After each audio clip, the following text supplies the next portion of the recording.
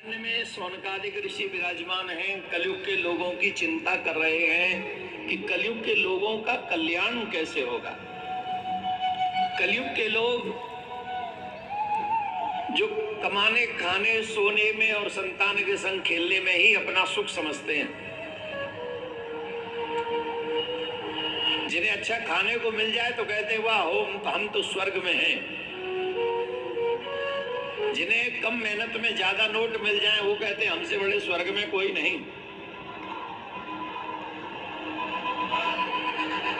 कोई बच्चा ऐसा मिल जाए जो आज्ञाकारी हो तो वो कहते हैं हमारे तो चारों धाम घर में ही हैं।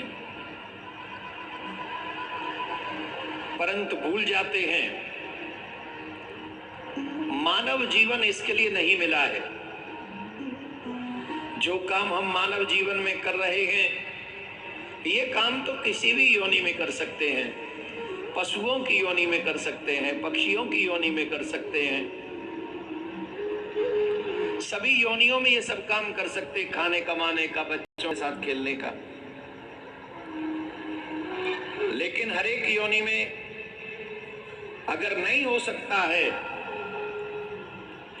तो भगवान का भजन नहीं हो सकता,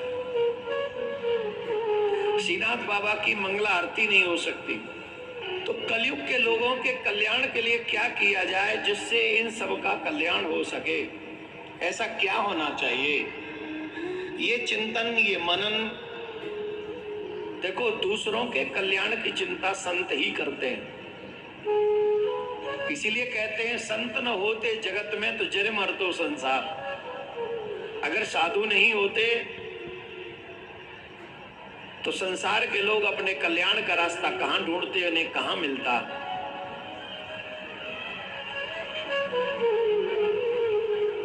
तो शौनकादिक ऋषियों ने ये प्रश्न मन में हुआ, इन कलयुग के लोगों का कल्याण कैसे होगा,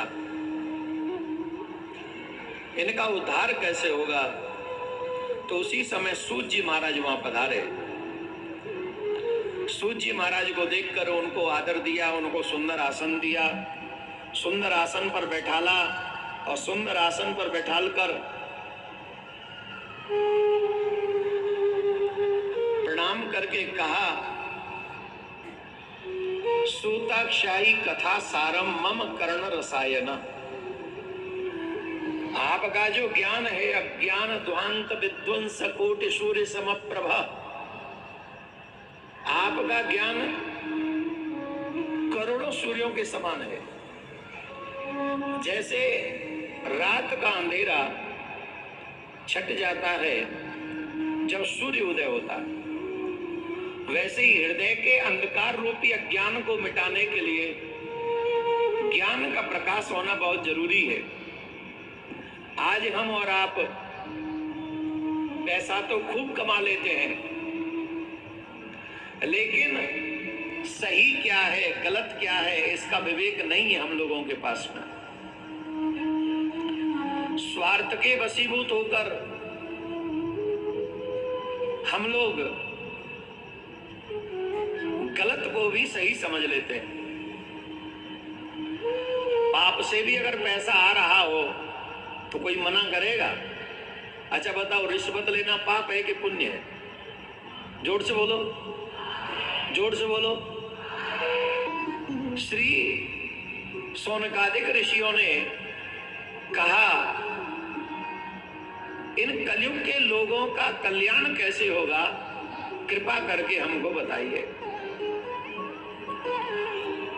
श्री सुखदेव जी महाराज परीक्षित को कथा सुनाएंगे। सूत जी महाराज ने कहा, काल व्याल मुखग्रास त्रास निर्माण सहेतवे श्रीमद् भागवतम शास्त्रम कलो कीरेण भाषितम।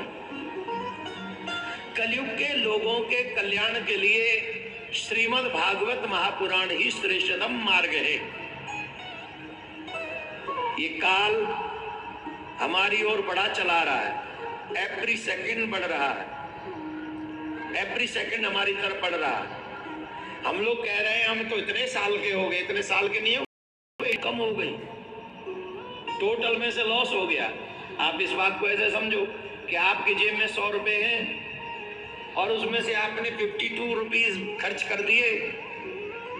अब बताओ बैलेंस ज्यादा रहा कि कम हो गया? जोर से बोलो, जोर से बोलो। तो तुम जितने साल के हो उतने साल का बैलेंस कम हो गया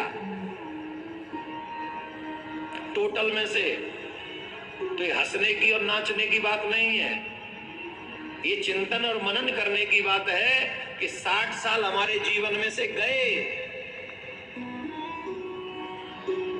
50 साल हमारे जीवन में से गए, 20 साल हमारे जीवन में से गए। अब जो बचे हैं उन्हीं का सदुपयोग करो, और वो तभी हो पाएगा जब आप अपने जीवन के लिए, कल्याण के लिए थोड़ी सी चिंता आपके मन में होगी। हम लोग संसार को मनाने में निकल जाते हैं, हम संसार को मनाने में रह जाते हैं, और काल आकर हमें दबोच लेता है, काल हमें दबोच लेता है, पकड़ लेता है, और हम मर गए। हमने क्या क्या दुख सहे मरते समय, ये हम एक्सप्लेन भी नहीं कर सकते किसी को। बॉडी वहीं पड़ी है, सुना नहीं सकते हम किसी को। और कितना गजब का मनुष्य है, जानता है कि सब कुछ यहीं छूट जाएगा, सिर्फ भगवान का नाम ही हमारे साथ जाएगा। इसके बावजूद भी भगवान का नाम ही नहीं लेता, वही नहीं कमाता, बाकी सब करता है,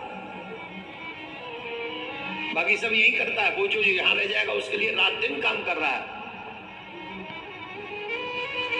आपका एक एक सेकंड जाएगा आपके साथ, जो यहां बैठे हो, आप जितनी देर यहां बैठ रहे हो, एक एक सेकंड आपके साथ जाएगा।